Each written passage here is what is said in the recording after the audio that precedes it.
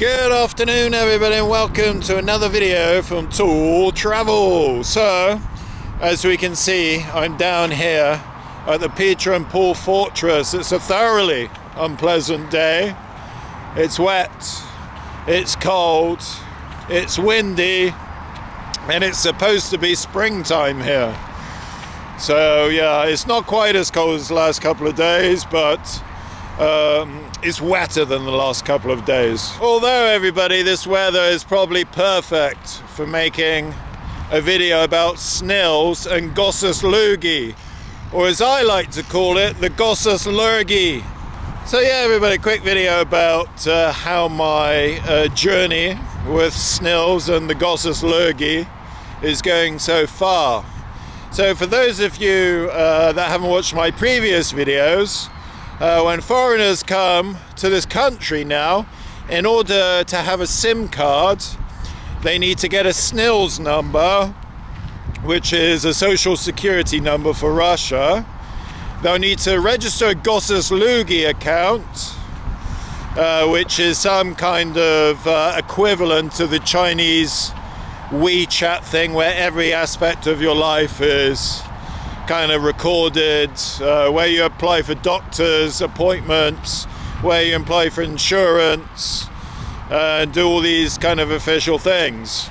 And not only that everybody, you've got to go to the bank to register your biometric. So when you get to the bank, yeah, I don't know what it's going to be like when I actually get to the bank, but apparently a part of this process is you have to give a recording of your voice. The reason that Russia have given for this increased security for tourists getting SIM cards, or for anybody getting SIM cards for that matter, is online fraud.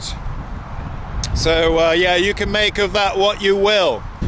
But everybody, I've been doing a little bit of research on this Gosus Lurgy and SNILS stuff, and I've been reading about some new frauds that have emanated from this procedure. So basically, people have been taking out hacking into people's SNILS and Gosus Lurgy, maybe just Gosus Lurgy, I'm not sure. And they've been taking out massive loans. So yeah, what is being created to prevent fraud apparently is actually creating fraud. Now I'm not sure if fraud is going down generally as a result of these new restrictions on SIM cards, but yeah, it's not totally bulletproof, it seems.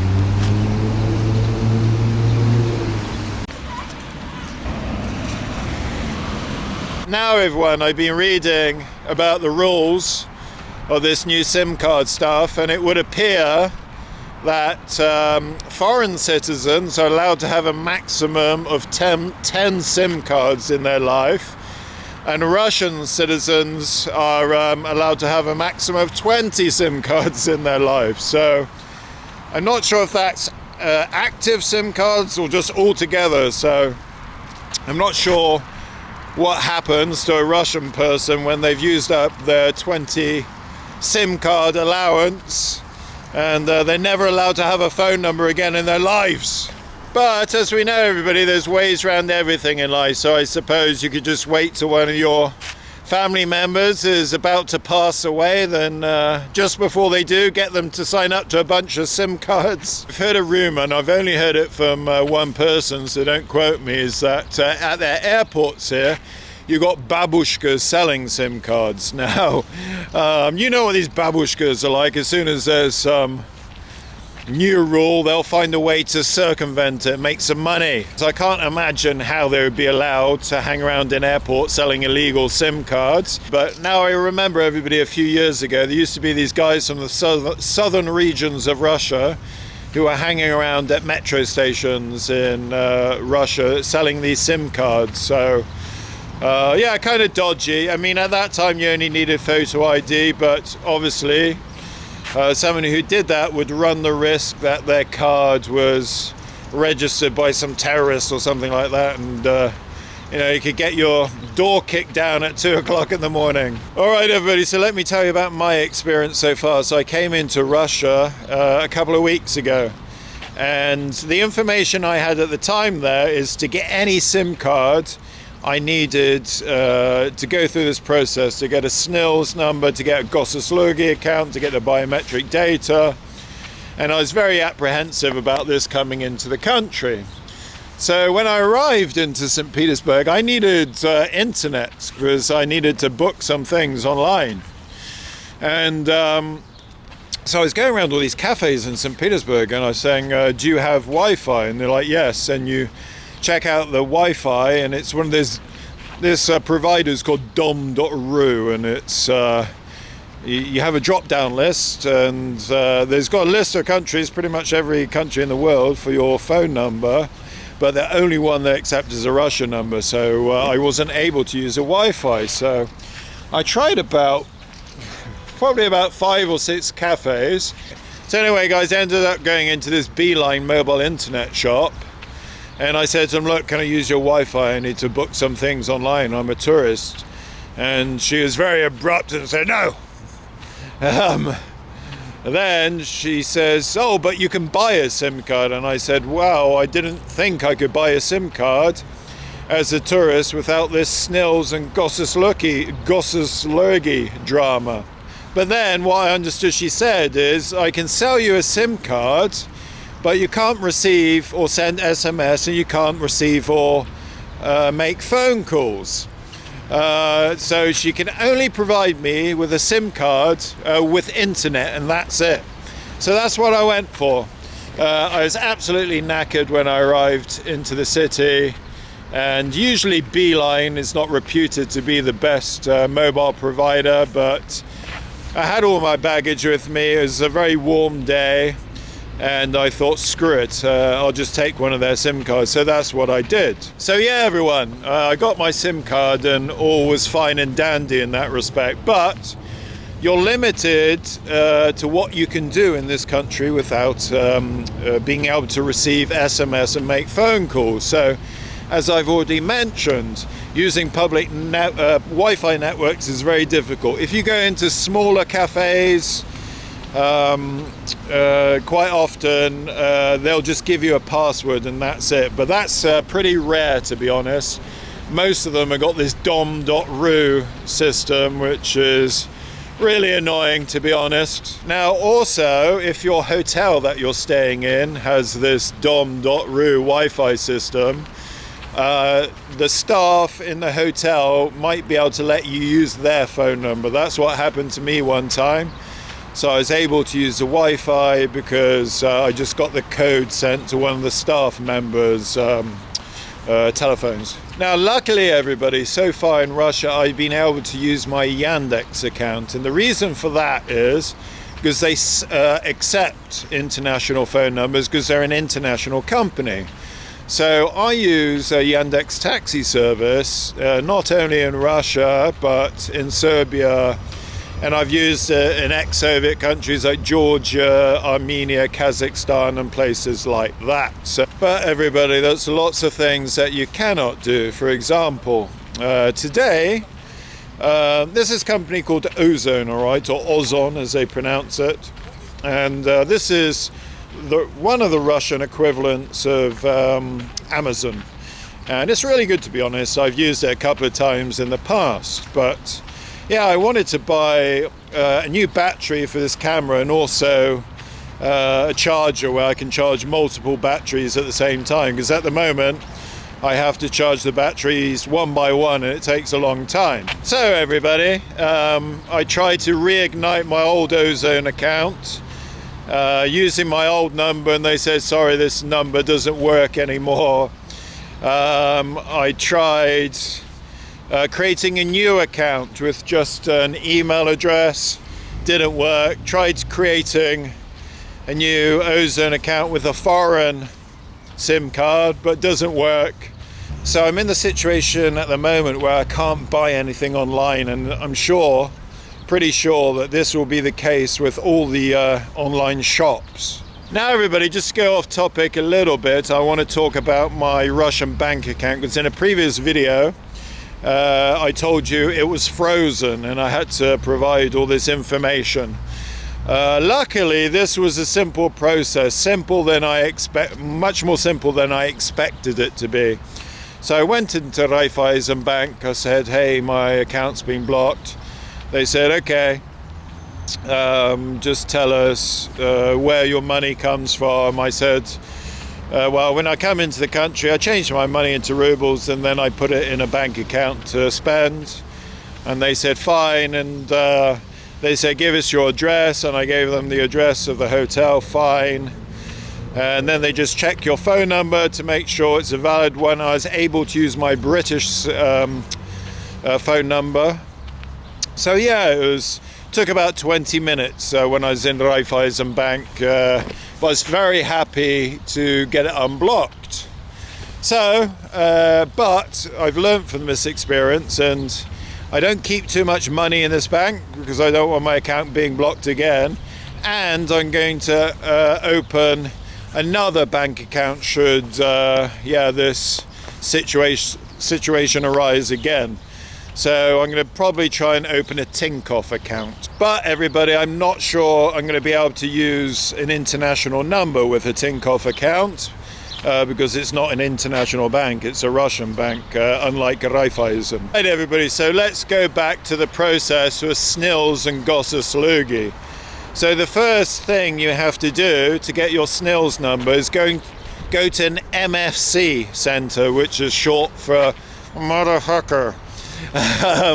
So you can go into Yandex Maps and type in MFC Center and you'll be able to find some in St. Petersburg or whichever city you're in. I went to one on Nevsky. I turned up there. As I imagined, there's a lot of people there, a lot of people that look like construction workers from the southern regions of Russia. And it was kind of like semi-organized, let's say.